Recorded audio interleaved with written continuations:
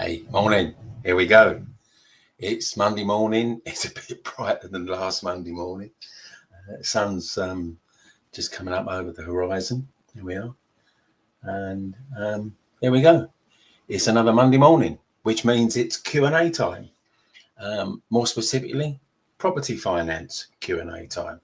So I'm here to see what property finance questions you want to know, and I'll answer them because I've been doing that for about 5 years now. So I'm getting the hang of it, and there we are. So what do we do? A little bit of desk arranging going on there. What are we doing?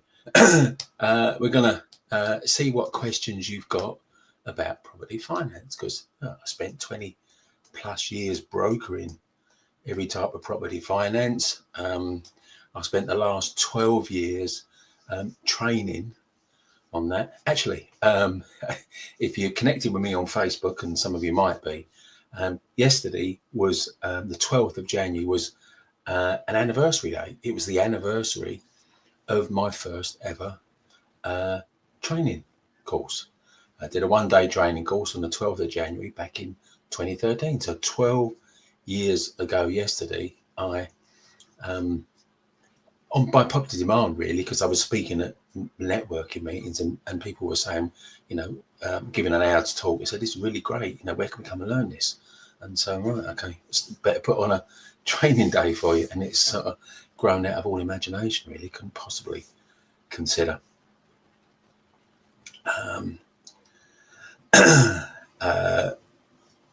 That really. Just looking at the question that's come in there, actually.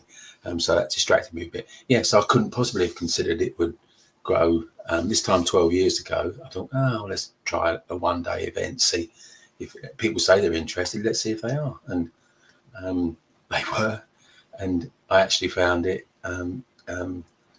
amazingly fulfilling as I've developed and got on and as a trainer. Then, well, yeah, it's been an absolutely wonderful experience. So just seeing the question, Andrea there. Hey Andrea, how you doing? Been absent for a while. Yeah, well, okay, that's okay, but good to see you still around, and good to see you back. Can you share by the day-by-day agenda for the upcoming Launchpad? You did so enjoy the 2-day one in 2023. Yeah.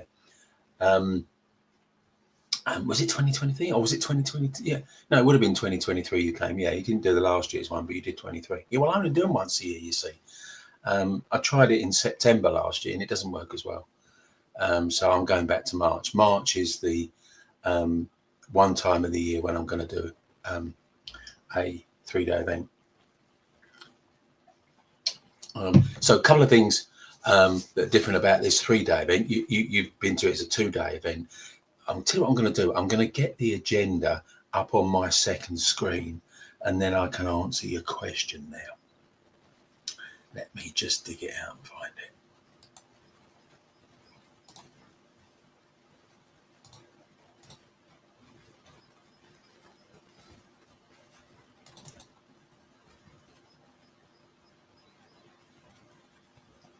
So that's coming up on screen now, just waiting for it to come up. So here we are.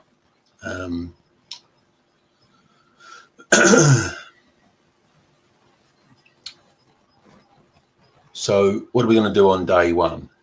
In the morning, I'll be running through the 5 types of bridging, giving people an understanding of, the variations of bridging. And, for people that haven't seen that before, that's a bit of a revelation, because they think just bridging is bridging. Whatever they think about bridging, they don't really understand that there are 5 variations to it. There's purchase bridging, there's done up value bridging, there's refurb bridging, there's market value bridging, and there's cross collateral bridging. So there's 5 different types, and there's even derivatives between those, little distinctions that separate out. So bridging finance is a multifaceted thing. Before lunch on day one, we've got David Clowder. He's going to come and He's the originator of the Solis Gosman entrepreneurial profiling system. Now, I took another form of that almost 20 years ago called Wealth Dynamics, and it actually changed my life really, because I learned to focus on the things that I love doing and was pretty good at and become even better at them, and then outsource, delegate or collaborate to get rid of everything else. So David's going to take us through how that works, why it's important, and he's going to give everyone there a free test. So you can take it, it'll just be on a QR code on the screen, so everyone can find out a bit more about their personality types in an entrepreneurial way. And then once you know what the things you should be doing that you actually enjoy doing, you can focus more on them. To say I found it life-changing is not an exaggeration. And pretty much everything I do apart from speak, teach and mentor now is one of those things. It's a collaboration with a business partner. It's delegation to employee or employees, and it's outsourcing to freelancers. So there we are. What are you going to do? So then we'll come back and we'll do some more buy, refurb, refinance content. Then we've got Akhtar Khan that's going to come on talk us about achieving excellence. You might have seen Akhtar before, but I like to get him back because he really gets into the mindset type of thing and helps you to understand why people fail at things. Really, that's the important thing. Why people fail. And hey, if you're watching this and you got a question, then ping it in there while I'm answering Andrea's question. Ping it in. And because I'll deal with yours after I finish with Andrea's. So yeah, that's really important. People self-sabotage because they misunderstand the four processes or the four stages of unconscious incompetence, conscious incompetence, conscious competence, and then unconscious competence. And they get derailed at the second stage. Conscious incompetence, where they give up too easy. So there's that. And then we're going to wrap up day one. Guillaume Black's going to be coming and doing a session on property tutor. Not property tutor, property filter. Sorry, property filter. And I think that's going to be an interactive session.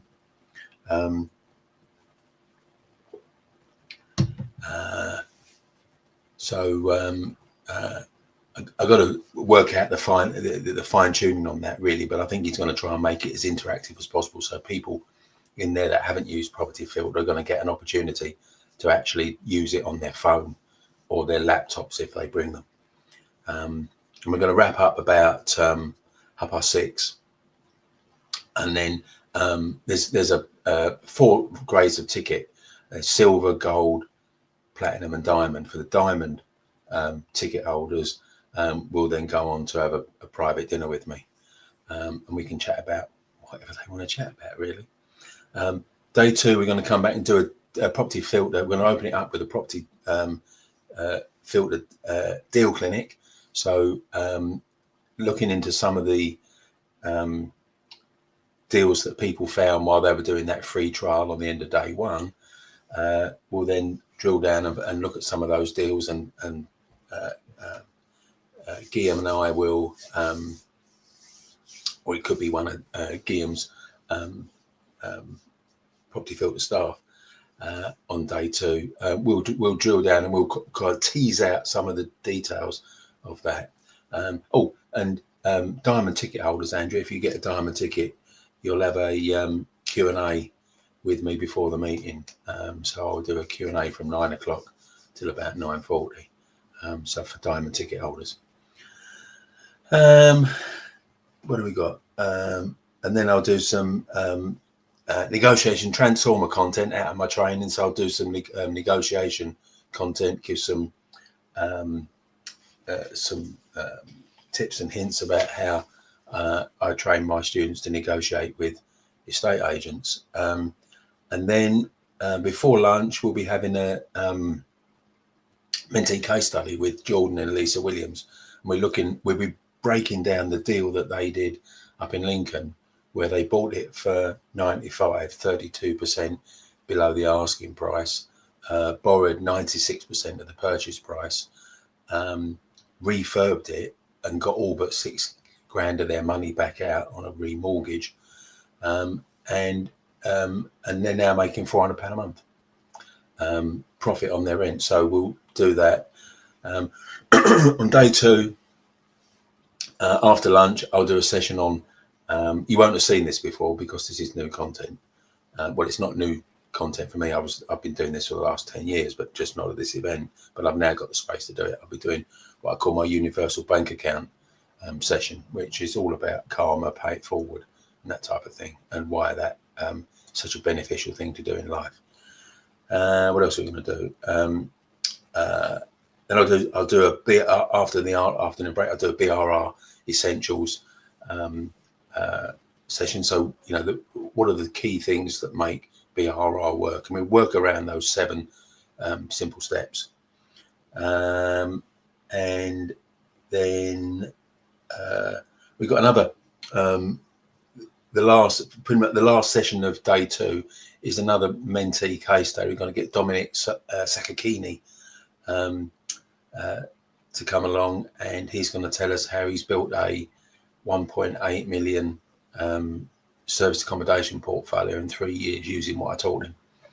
And then we're going to wrap up about 6:15, I think, on day 2, and then people are on the platinum and the diamond tickets will have a drinks reception there for a couple of hours, where the drinks are on me. Hey, what else we got? Then on day 3 we got that millionaire mindset session. So I go do a full 2-hour session on 3 mental techniques that'll keep you more positive more often. You might remember that from before. We'll do a session on rapid cash recycler. So that's how I help students get the maximum refinance valuations, go through some of the things that mortgage lenders, valuers want to see. What else we do? And then we'll do some stuff on some of the Ninja Investor strategies. So we'll do a bit more work around how you implement bridging finance. We'll probably talk about some of the unmortgageable properties, different types, all the different types of things. And then we'll wrap up the day with Jay Howard, who's going to come and talk to us about auctions and how he makes money by buying and selling at auction. So that's going to be pretty insightful. And then we'll wrap up around about 6:00 on day 3. So putting it to date on that. And also, the other big thing, Andrew, is this 3-day format allows me to have a videographer at the back of the room.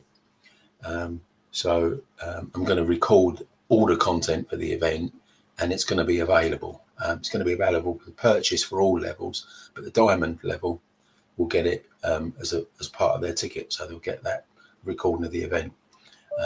So it's a bigger level, really. I'm putting it on than I've done before. So there we are. So now I've gone through that, you're going to book. That'd be good. You can just go down there. There it is, brrlaunchpad.com. Yeah, come along. And hey, do you know what? 50% discount at the moment. So in January, I'm doing the early bird tickets. So if you're going to book, Andrea, book, pretty soon this month and get a half price ticket. Why wouldn't you do that? So the diamond ticket, the top level ticket, it's just under £500 plus VAT, which I think is an amazing. When you look at, if you go on that link and you see all the things that are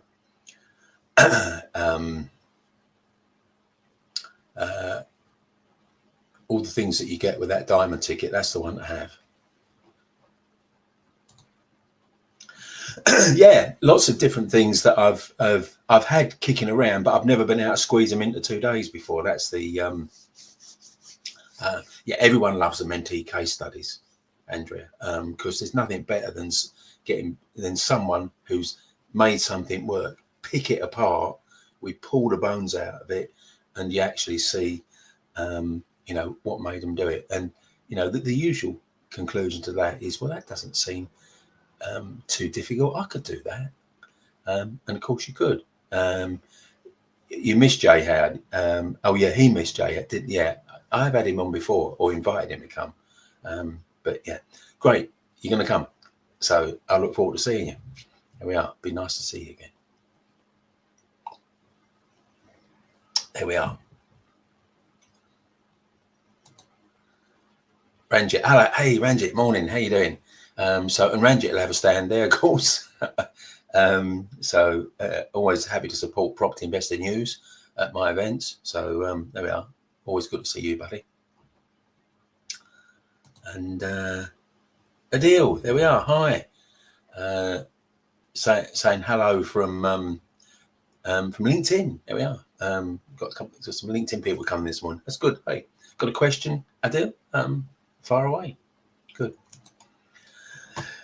So what do you want to know, guys? What do you want to know about property finance? There we are. I was going to tell you about BRR Launchpad on the 14th to the 16th of March. Excuse me. Anyway, but Andrea preempted that by asking for pretty detailed breakdown. There, you got it there. Yeah. One other thing we'll be doing, I'm working on a workbook that all people there are going to have. The fourth level ticket actually is a virtual one. I've never done that before because I didn't have the facility to do it. But with the guy sitting at the back, with Rob on the video recording, I'll be able to do a virtual ticket. So even for people who can't get there, and I had a email from someone from Edinburgh last week saying, it's a bit of a trek down to Heathrow. I said, well, you could fly down from Edinburgh. Sure, there's a direct flight, but you could also do it if it is too far to travel. You could also do the virtual session. You have a virtual ticket. It's not the same as being in the room, clearly, but I think there's people that would work.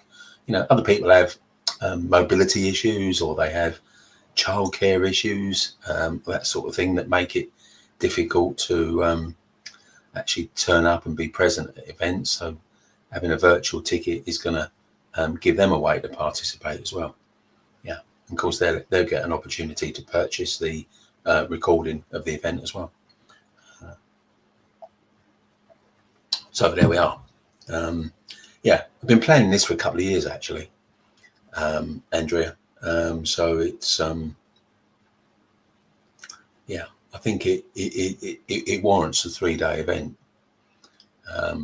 because I can just give so much more value and so much more content over 3 days. But there we are. Hey, anyone else? Oh, here's JC. Hello, JC. How you doing? Good to see you again. Oh, how would you structure this deal? Oh, now you got me hooked. I'm waiting to see what deal, JC. There you go. And I'll wait for you to put that. And while we're talking about that, if you do get a question, you don't have to wait until Monday morning, because you can just be part of my Recycle Your Cash group. And that's all you need to do. Let me just put maybe you're in there already, but let's just grab that and pop that in here.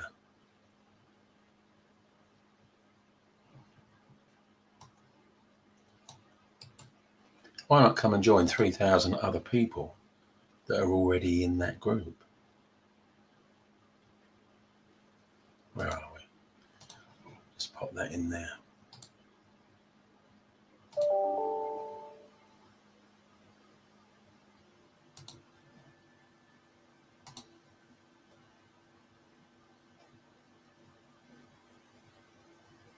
All right, let's pop that in there as well.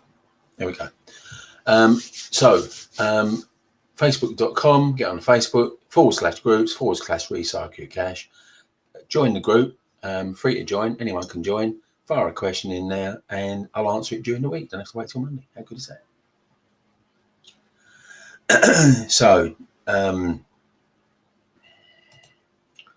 JC, if you met someone who owns a building that isn't being used for much at the moment, okay, vacant, yeah, okay, yeah. But you see a value in it, converting it to 6 flats, to flats, approximately 6 or more. How would you go about getting planning and financing it? Would you JV with the building owner? Okay, we could do, don't have to. Depends on how much cash you got, really. So if you want to convert to flats, if you want to convert to flats, that's a planning issue. So you've got to get planning permission. You can't do that under permitted development rights. So you're going to get planning permission. So a common way to do that was you would do an option contract for a given period, usually 12, 18, 24 months, where you agreed to buy at a certain price. That was the strike price in the option contract. And in return, they agreed not to sell it to anyone else. They waived the right to sell it to anyone else during that period. So they give you exclusivity.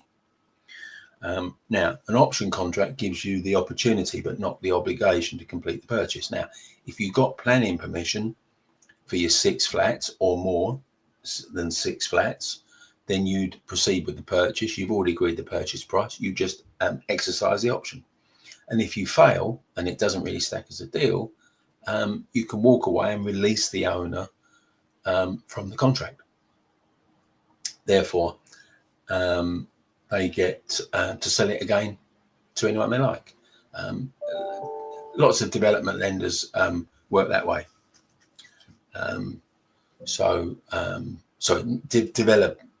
Developers, not development lenders. Developers work that way.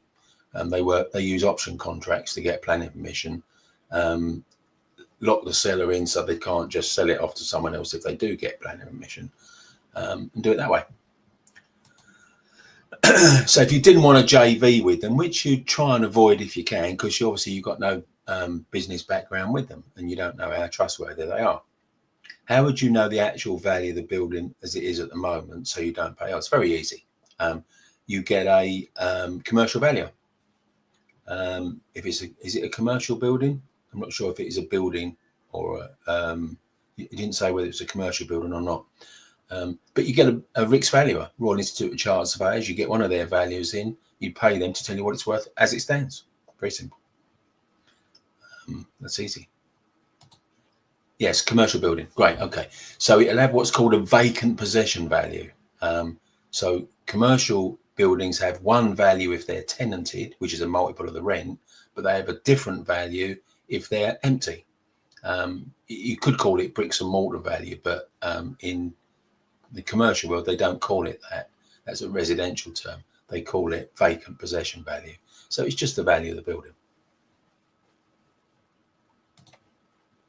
It's just used to store cars. Okay. Yeah. Okay. Fine. So yeah, that's it. Now, if you get some plans drawn up, your RICS valuer will also give you the GDV, gross development value. So they'll tell you how much that needs to be. Now, that's quite important, actually, because whatever you plan to do it will have a value. And the market determines what that value is. You don't really get an awful lot of influence on that. There'll also be a conversion cost to your flats. Now, that's mostly materials and labour. You're not going to get a huge amount of variation on that either. So if you work on the gross development value and you take off the conversion costs, plus a profit for yourself, obviously, otherwise why would you do it? That's going to give you what you need to buy it for. Now, there's how much it's worth as it stands, and there's how much it's worth you buying it for to make an appreciable, an acceptable profit. And they're often sometimes not the same thing. So you need to, before you go into an option contract, you need to understand exactly what it's going to be worth. Good. There we are. So that was a nice question to get through today. So very happy to help you with that.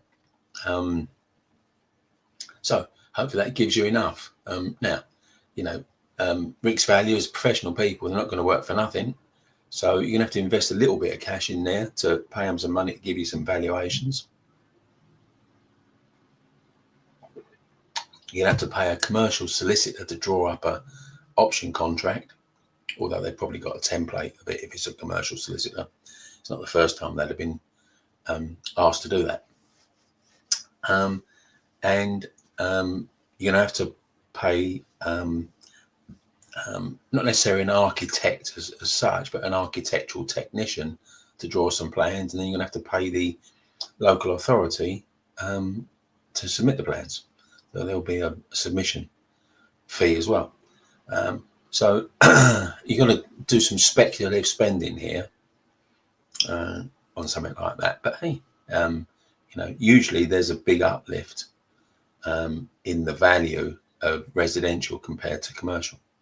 So yeah, and if you think it can get 6 or more flats on there, you could have a substantial project on your hand. Good. Okay, now, great question. Really enjoyed answering that. Anyone else got any questions? If you've been watching this from the start, you'll know that I've been talking about BRR Launchpad. 3 days in Heathrow, 14th to 16th of March, 50% half price tickets, 50% discount, half price early bird tickets on there at the moment. 4 levels of ticket, whichever you want. So go and check them all out and see what you get. There's a detailed list of every level on that landing page there. There we are, brrlaunchpad.com. Go and check it. Go and check that out. But I'll need to know the value of the building for any option contract is drafted. Absolutely, yeah, because you're gonna agree a purchase price. You're going to agree if you get planning for however many flats, you're going to agree a purchase price with the owner, what you'll pay for it, and that's the price that goes in there. Now, of course, you need to know those values first. You need to know what it's going to be with X amount of flats. You need a planning consultant as well. You're going to have to pay a planning consultant to tell you how feasible what you're planning to be is, if that local authority is going to kick back at what you're trying to do, or if they're going to give it a green light. You'll need to know that, and you'll need to know the cost of the conversion. So you'll need to have that could be a QS, quantity surveyor, involved in that. Good.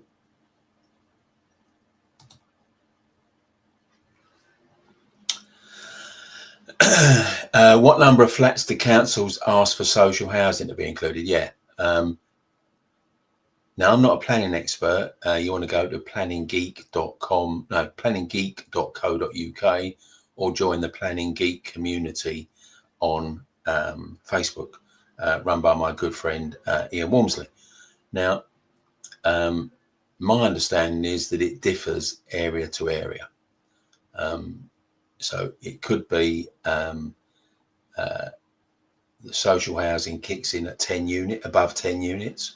Other areas in the country, it kicks in above 2 units. So it's going to very much vary based on where your area is. Yeah. So there we are. Yeah. And why is that? Because the areas that are tighter on it tend to be areas where the local community is being squeezed by outsiders buying second homes, like Cornwall, for example. Cornwall's got a big problem in that everyone wants a second home. Well, everyone. A number of affluent people want a second home in Cornwall that they might go there every weekend, but they probably won't. They might have a few weeks holiday there, but most of the time that house or that flat is going to sit there empty. Now, it could be a local person's home rather than a weekend or holiday home for someone that lives probably in London or the southeast. So there's a shortage of affordable accommodation to buy in places like that.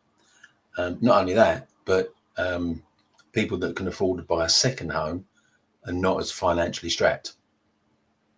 So what that does is it pushes the prices up, and it pushes out of the reach of people, local people in the area doing ordinary jobs and getting average pay for it. Areas like that, they're going to come down a lot harder on the social housing aspect, because they've got to make provision for affordable properties for the local population, and you can understand why that would be. And any sensible person wouldn't really have any issue with that. So there we go. Any more questions, guys? I've done my half an hour. I say I'm here for approximately half an hour. Sometimes it's a bit less. Sometimes we spill over because we have a lot of questions. But if you've got a question, you've got to be quick. Otherwise, I'm going to be off. Going to be going to a conference at the back end of the week down in Heathrow. I'm not running it. I'm attending it. I do that as a quarterly thing for speakers and trainers. So that's I'm doing a bit of CPD, if you want to call it that, continuous professional development, which I think I've got a responsibility to do. So I'm going to be doing that at the back end of the week. So there we are. What do you want to know, guys? It looks like then I'm going to take it that we're done on questions. So thanks for Andrea for allowing me to give a detailed explanation of BRR Launchpad. And nice question from JC about a commercial to resi conversion. So a couple of good questions there. Well, I'm going to be back next Monday at about 8:30, and I'm going to do it all again. Because you never know what people are going to ask, and that's quite a fun thing about doing this. There we are. So have a great week, and I'll see you next Monday.